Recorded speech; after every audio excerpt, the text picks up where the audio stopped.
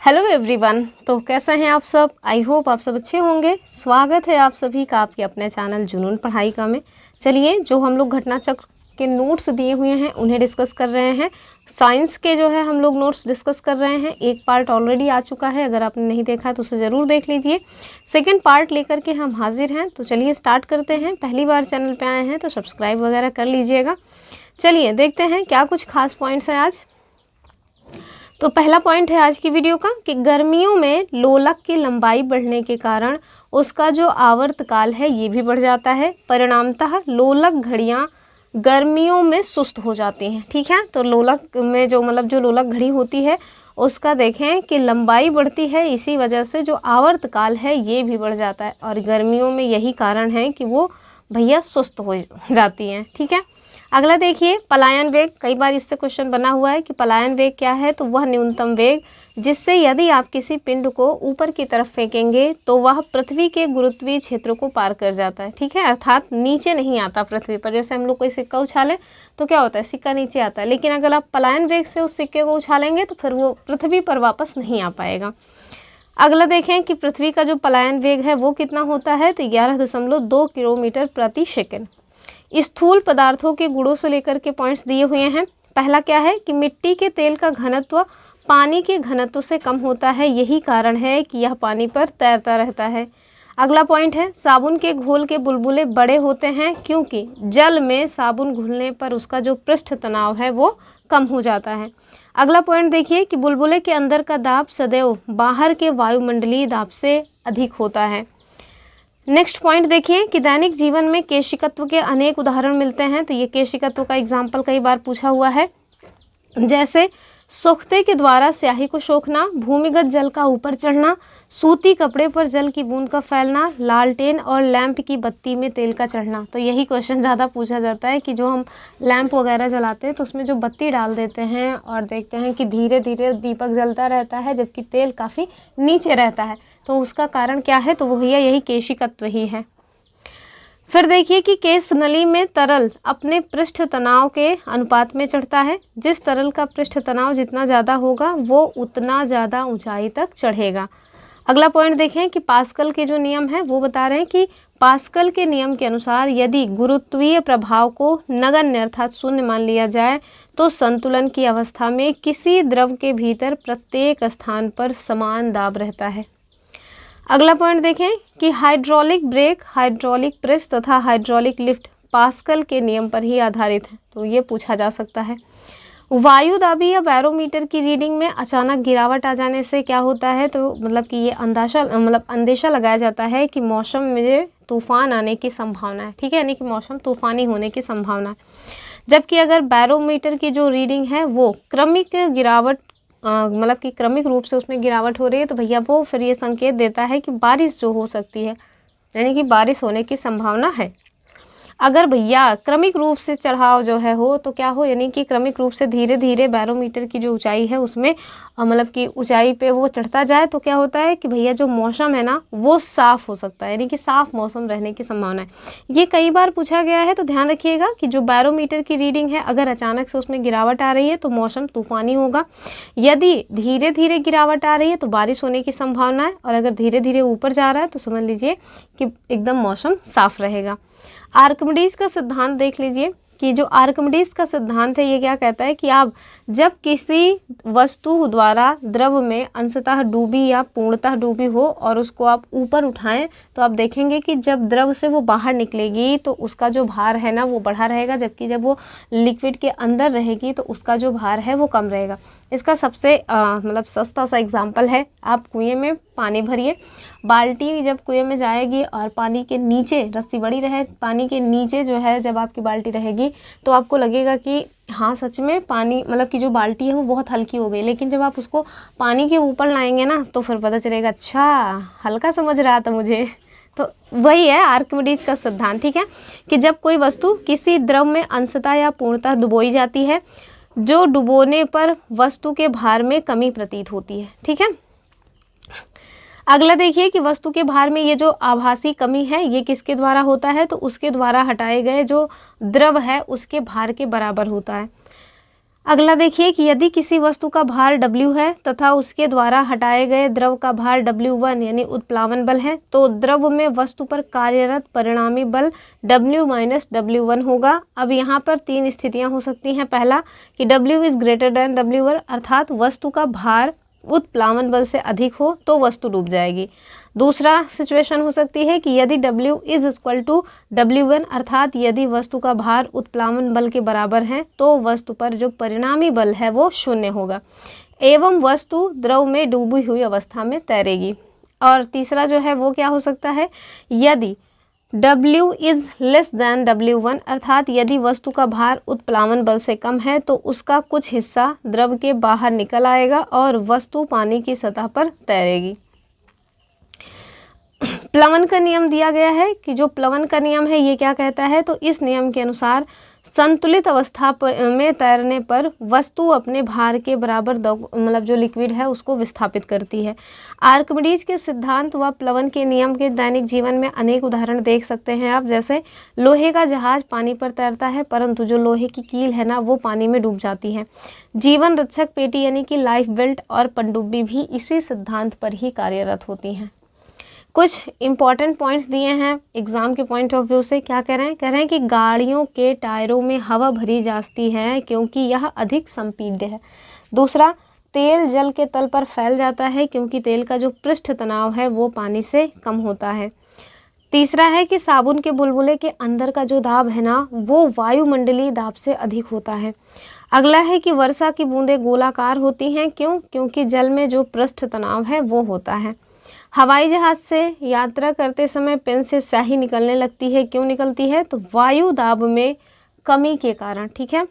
समुद्र में प्लवन करते हुए आइसबर्ग का ये तो दिया ही नहीं है, आधा निपट ही गया तो उसको छोड़ ही दीजिए फिर। अगला देखिए कि गोले का पारद मतलब कि लोहे का गोला पारद यानी मरकरी पर तैरता है किंतु पानी में डूब जाता है। इसका कारण क्या है? पारद का आपेक्षिक घनत्व लोहे के आपेक्षिक घनत्व से अधिक होता है जबकि जो पानी है ना उसका लोहे से कम होता है। ठीक है। तो कुल मिला के ये आपसे कह रहे हैं कि आप देखिए जो लोहा होता है ना वो कहाँ पे डूब जाता है? पानी में डूब जाता है। लेकिन अगर आप उसे मरकरी में डाल देंगे तो वो तैरता रहेगा। तो वही यहाँ पे बता रहे हैं क्यों तैरता रहेगा। अगला देखिए बर्नौली का भी सिद्धांत दे दिया है। तो बर्नौली के सिद्धांत के अनुसार जब कोई आदर्श द्रव अथवा गैस एक स्थान से दूसरे स्थान तक धारा रेखी प्रवाह में प्रवाहित होती है तो उसके मार्ग के प्रत्येक बिंदु पर उसके एकांक आयतन की कुल ऊर्जा अर्थात दाब ऊर्जा, गतिज ऊर्जा तथा स्थिति ऊर्जा के योग नियत होता है। अगला बर्नौली का भी सिद्धांत दे दिए हैं कि बर्नौली के सिद्धांत कई उदाहरण आपको दैनिक जीवन में देखने को मिलने वाले हैं। जैसे जब आंधी आती है तो घरों की जो छप्पर व टीन है ना वो उड़ जाते हैं। इसका कारण है कि जब टीन के ऊपर हवा बहुत अधिक वेग से बहती है तो टीन के ऊपर वायुदाब कम रह जाता है जबकि टीन के नीचे का वायुदाब पहले जैसा बना रहता है। इस दाबांतर के कारण ही जो टीन व छप्पर है वो आंधी में निपट ही जाते हैं। इसी प्रकार जब हम प्लेटफॉर्म पे खड़े हों तो तेजी से रेलगाड़ी आने पर हम एक गाड़ी की ओर गिर जाने का खतरा होता है। तरंग गति से संबंधित पॉइंट्स दिए हैं कि दीर्घ रेडियो तरंगे पृथ्वी के आयन मंडल यानी आयनोस्फेयर से परावर्तित होती हैं। दूसरा, ये मंडल 80 से 400 किलोमीटर की ऊंचाई के मध्य स्थित होता है। कौन सा मंडल? तो आयन मंडल। अगला देखिए कि ध्वनि तरंगों के संचरण के लिए किसी न किसी माध्यम की आवश्यकता होती है। ध्वनि तरंगे निर्वात या शून्य में गति नहीं कर सकती हैं। इंपॉर्टेंट पॉइंट है, ये पूछा गया एग्जैक्टली। यही कारण है कि चंद्रमा पर ध्वनि तरंगों का संचरण नहीं होता तथा वहां दो व्यक्ति एक दूसरे की बातों को सुन नहीं सकते हैं। तरंग संचरण दो प्रकार से होता है, एक तो अनुप्रस्थ, दूसरा है अनुदैर्ध्य। ध्वनि तरंगे जो हैं वो अनुदैर्ध्य तरंगे होती हैं। तो ये भी पॉइंट इंपॉर्टेंट है, ज्योग्राफी में भी पूछा जाता है ये। अगला देखिए, कास्मिक किरणें विद्युत चुंबकीय स्पेक्ट्रम का भाग नहीं होती हैं। ये उच्च ऊर्जा के आवेशित कण हैं जो अंतरिक्ष में लगभग प्रकाश की गति से गमन करती हैं। अगला देखिए कि माध्यम में किसी कण के एक पूरा कंपन किए जाने पर तरंग जितनी दूरी तय करती है उसे क्या कहते हैं? उसे कहते हैं तरंग दैर्ध्य। यह दो उत्तरोत्तर श्रृंग अथवा दो उत्तरोत्तर गर्त के बीच की दूरी होती है। क्रिस्टल की या मणि विज्ञान एक प्रायोगिक विज्ञान है जिसमें क्रिस्टलों में परमाणुओं के विन्यास का अध्ययन किया जाता है। यक्ष किरणों के विवर्तन द्वारा क्रिस्टलों की संरचना का अध्ययन होता है। अवरक्त तरंग यानी इंफ्रारेड वेव्स की बात कर रहे हैं कि विद्युत चुंबकीय तरंगों का ये एक प्रकार है। इनकी तरंग दैर्ध्य दृश्य प्रकाश से अधिक होती है। किनकी? तो इंफ्रारेड वेव्स की जो मतलब कि तरंग दैर्ध्य है ना, वो दृश्य प्रकाश से अधिक होती है। और इनका प्रयोग लक्ष्य ढूंढने, निरीक्षण, रात्रि दृष्टि आदि के लिए सैनिकों द्वारा किया जाता है। अगला पॉइंट देखिए कि एक्स किरण एक प्रकार का विद्युत चुंबकीय विकिरण है। ये चिकित्सा में आंतों के रोगों के निदान के लिए प्रयोग की जाती है। अगला पॉइंट सीटी स्कैन या कंप्यूटेड टोमोग्राफी। तो सीटी स्कैन का फुल फॉर्म भी दिया हुआ है। विशेष प्रकार का एक एक्सरे परीक्षण होता है ये एक्सरे परीक्षण ही, बशर्ते थोड़ा विशेष प्रकार का है। इसके द्वारा शरीर के जो अंदरूनी अंग हैं इनको देखा जाता है और रोगों का पता लगाया जाता है। जो ध्वनि तरंगे हैं इन्हें इसको देख लीजिए, ज्योग्राफी में भी बनता है कि ध्वनि तरंगे ठोस, द्रव तथा गैस तीनों माध्यमों में ही ये विचरण कर सकती हैं।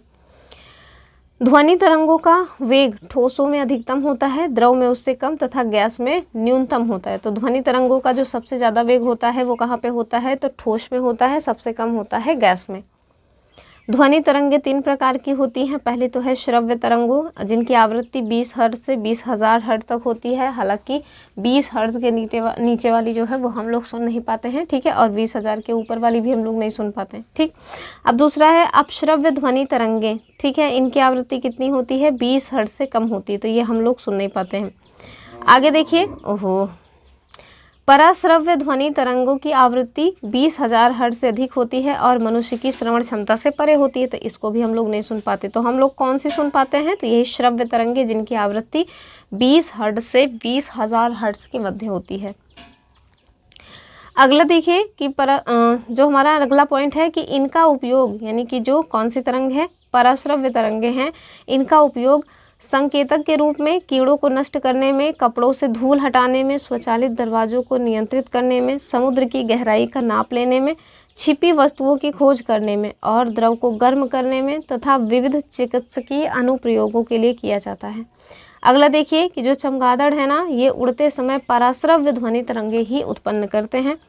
ये ध्वनि तरंगे रडार द्वारा प्रक्षेपित प्रकाश तरंगों की भांति मार्ग में रुकावट से टकराने के बाद उद्गम स्रोत तक वापस लौट आती हैं।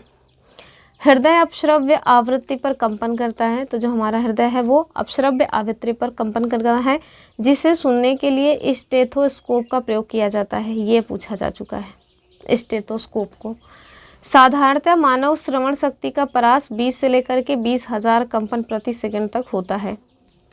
अगला देखिए कि जो जेट विमान ध्वनि से भी तीव्र गति से उड़ान भरते हैं उन्हें क्या कहा जाता है? तो उन्हें कहा जाता है सुपरसोनिक जेट विमान। समताप मंडल में वायु जो है वो विरल और दबाव कम होता है, इस कारण यहाँ जेट विमान सरलता एवं तीव्र गति से उड़ सकते हैं। अगला देखें कि सुपरसोनिक जेट विमानों के ईंधन दहन से निकलने वाले नाइट्रोजन के ऑक्साइड समताप मंडल की ओजोन परत को नुकसान पहुँचाते हैं। नेक्स्ट कह रहे हैं कि विद्युत चुंबकीय स्पेक्ट्रम में शामिल विभिन्न विकिरणों का तरंग दैर्ध्य के संदर्भ में अवरोही क्रम इस प्रकार है। ये क्वेश्चन पूछा गया था जिस एग्जाम की हम लोग प्रिपरेशन कर रहे हैं, उसमें अवरोही आरोही ही पूछा गया था सॉरी। तो ध्यान से देख लीजिए कि अवरोही क्रम में दिया हुआ है, अवरोही मतलब होता है घटता हुआ क्रम, अर्थात सबसे पहले जो दिया गया है वो उसकी तरंग दैर्ध्य सबसे अधिक होती है और सबसे लास्ट में जो दिया गया है उसकी तरंग दैर्ध्य सबसे कम होती है। तो सबसे अधिक जो तरंग दैर्ध्य है वो किसकी है? वो है भैया रेडियो तरंगों की, ठीक है। तो रेडियो तरंग, दूसरे पे आता है माइक्रोवेव, तीसरे पे आता है अवरक्त विकिरण, चौथे पे है दृश्य प्रकाश, फिर आप देखें पराबैंगनी विकिरण, फिर एक्स किरण, फिर गामा किरण। अब देखिए हमने इसको कैसे याद कर रखा है। रेडियो का आर लिया, ठीक है, रेडियो का हमने आर लिया, फिर उसके बाद माइक्रोवेव का यम लिया, ए का ए मतलब कि अवरक्त का ए लिया, इसका लिया डी, ठीक है। हमने क्या किया? आर मैड, ठीक है, आर मैड यानी कि आर पागल है, तो ये आर मैड इसको याद कर लिया, या मतलब कि आर मैड इसको याद किया। फिर उसके बाद जो है कहाँ गया, दृश्य प्रकाश तक यहाँ तक हो गया। फिर उसके बाद ना पराबैंगनी किरण, इसको आप पराबैंगनी को मतलब कि पी से याद कर सकते हैं, या आप इधर से भी याद करिए कि गामा किरण, एक्स किरण और पराबैंगनी किरण। तो लास्ट के 3 आपको पता होने ही चाहिए कि लास्ट के 3 कौन है जिनकी जो है मतलब कि जो तरंग दैर्ध्य है वो सबसे कम होती है तो गामा किरण की, और उससे ज़्यादा एक्स किरण, उससे ज़्यादा पराबैंगनी, और स्टार्टिंग वाला यानी कि सबसे ज़्यादा किसकी है तो आर मैड की। ठीक है, आर मतलब हो जाएगा रेडियो तरंग, एम मतलब हो जाएगा माइक्रोवेव, ए मतलब हो जाएगा मतलब कि अवरक्त विकिरण, और डी मतलब हो जाएगा दृश्य प्रकाश। कई बार क्वेश्चन ऐसे ही पूछ लिया। चलो बताओ सबसे ज़्यादा तरंग दैर्ध्य किसकी है तो रेडियो तरंगों की हो जाएगी, सबसे कम किसकी है गामा किरणों की हो जाएगी।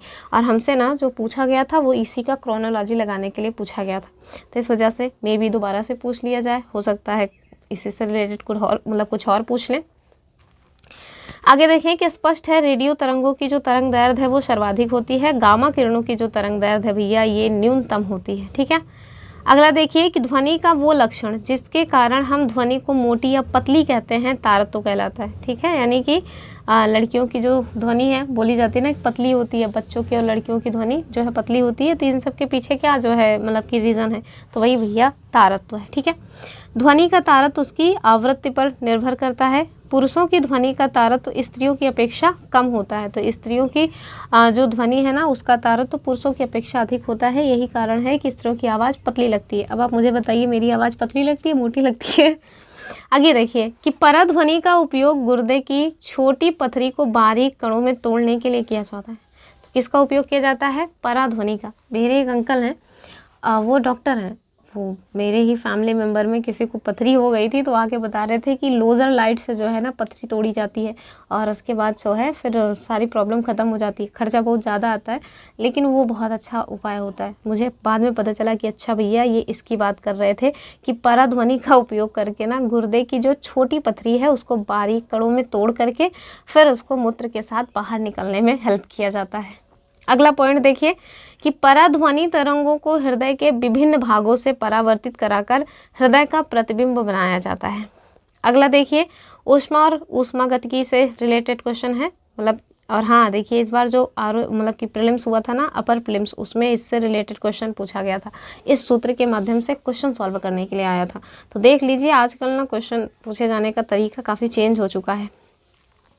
तो ऊष्मा एवं ऊष्मागतिकी से रिलेटेड क्वेश्चन मतलब दिए हैं पॉइंट कि एक कैलोरी में 4.186 जूल होता है। दूसरा ऊष्मा का एसआई मात्रक जूल और सीजीएस मात्रक होता है कैलोरी।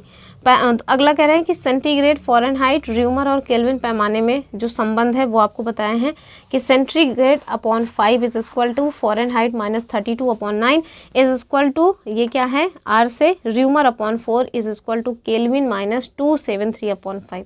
तो देख लीजिए इसको। आगे देखिए कि 160 डिग्री सेल्सियस पर फ़ारेनहाइट तापक्रम दुगना हो जाता है। कहाँ पे हो जाता है तो 160 डिग्री सेल्सियस पे। तो बस इतने ही पॉइंट्स आज हमने लिए हैं, ज़्यादा बड़ी बड़ी वीडियोस नहीं बना रहे हैं। हाँ बाद में भले आपको सारा का सारा एक साथ कंपाइल करके मिल जाएगा कि अगर आपका मन करे कि एक ही दिन में सब रिवीजन करना है तो आप कर सकते हैं। अभी तो छोटे छोटे पार्ट्स में ही आपको ये सब मिलने वाले हैं। तो चलिए ये रही आज की अपनी वीडियो। आई होप आपको जो वीडियो है समझ आएंगे। कुल मिला के रिविज़न है, अगर आपको पहले से पता है तो ठीक है, नहीं फिर अभी कुछ रटन नहीं लेंगे। रिवीजन के तौर पे ये सारी चीज़ें हैं और नोट्स रिवीजन के लिए ही होते हैं। तो चलिए फिर मिलेंगे अपनी अगली वीडियो में।